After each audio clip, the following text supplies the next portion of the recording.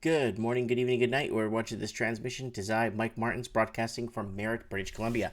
And what do I have to bring you guys today? Man, do I have a great story that was just recently published by the CTV News.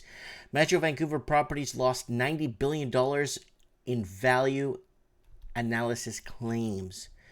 Well, with all the laundered money and all the bad loans thrown on the books and bad lending practices, and it wouldn't be surprising how much of a loss we're going to be gaining, or how much of a loss we're going to be taking. Sorry, in the next couple of quarters.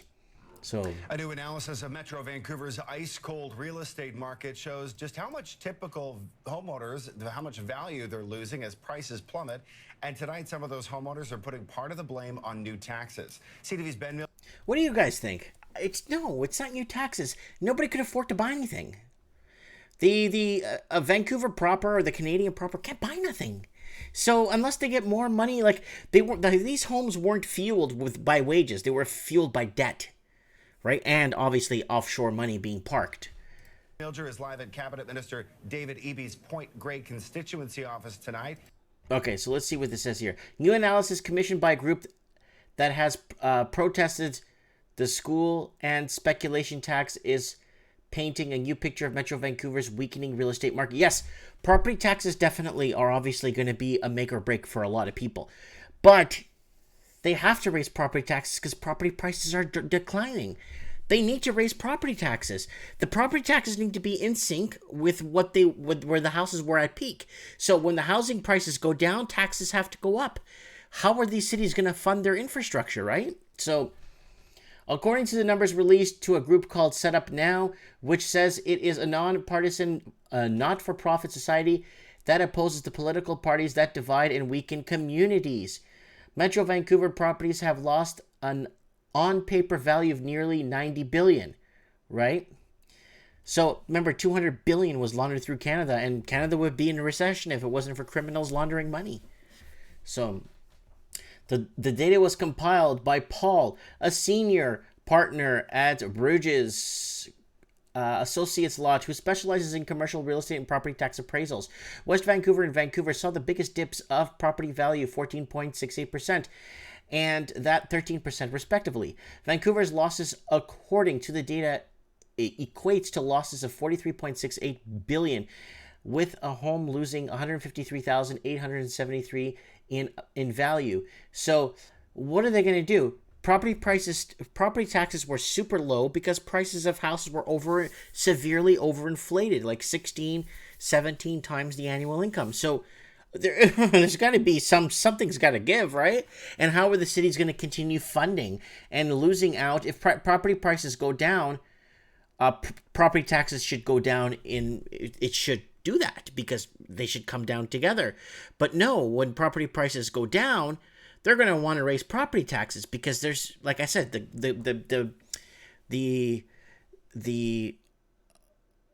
government or the government in that area or in that county or that region, right? Or the mayoral districts or whatever are used to having that much funding coming in, and now they're going to have to lose of some of that funding because of property devaluation, right?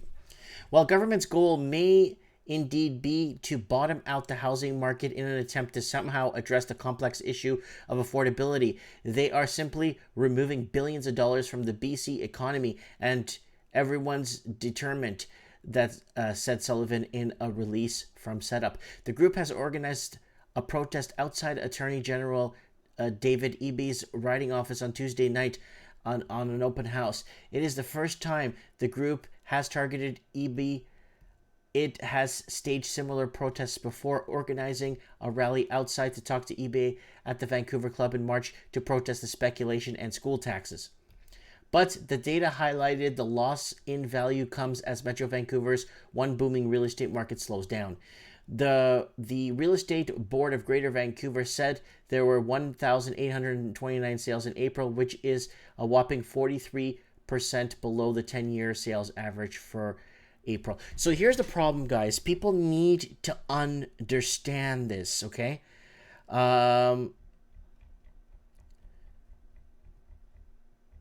The lower property prices drop, the higher property taxes will go up.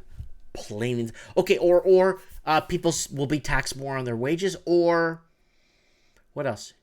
People will be taxed more on their wages. What else could they're going to add a city tax? I know I've been talking about this for a long time now, guys. A city tax where they're going to have your provincial tax, your federal tax, your provincial tax, and you're going to have like a Vancouver or Greater Vancouver added value tax. So they're going to add 2 or 3%. There's no way they're going to flip this infrastructure. The doctors, the lawyer, well, city lawyers, doctors, judges, the millions of people working in HR, all these HR employees that I don't even know how many of them speak English, but they're there working in HR. You know, it's like, really? So I need to level with me, guys. Am I right here or am I wrong? Am I dead wrong? I don't care if I'm wrong. Just let me know below in the comments. Property prices go down. They're going to have to fix something to generate that revenue. It's plain and simple. Right? So, you know, a lot of people saying raising taxes isn't the answer, but, you know. So home sales in Canada are up, but not because of Vancouver. Yes, home sales are up because of Nova Scotia. And let me throw this in there real quick. And I kind of wanted to show this to you guys. Oops, where was I? Right here. Housing affordability drives up demand in Sydney, Nova Scotia. So Nova Scotia is seeing huge increases.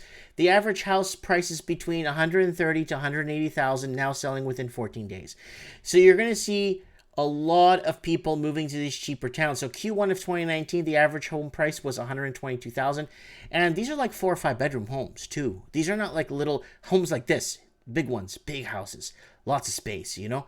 And, you know, property taxes there might be a little bit higher, not cost more than Vancouver, but higher because you're only paying property tax on $130,000. So your property taxes per year might be $1,400, $1,500 per year, but percentage-wise, they might be higher than Vancouver that are super low because the average house is $1 million. So you see where I'm coming from here. So right now, a lot of people moving to Nova Scotia, Prince Edward Island, a lot of people leaving the Toronto and the Greater Toronto area and exploring other parts of Canada. Let me know what you guys think. Affordability is happening and housing sales are driving upwards, but not because of cities like Vancouver. Toronto's got a little trickle, but let's follow Toronto and see if it's just a little flash in the pan, and let's see if it continues into another quarter to see if there's a little bit of growth. Let me know what you guys think in the comments below. And if you want to support this transmission, go ahead and share one of my videos. Thanks for watching.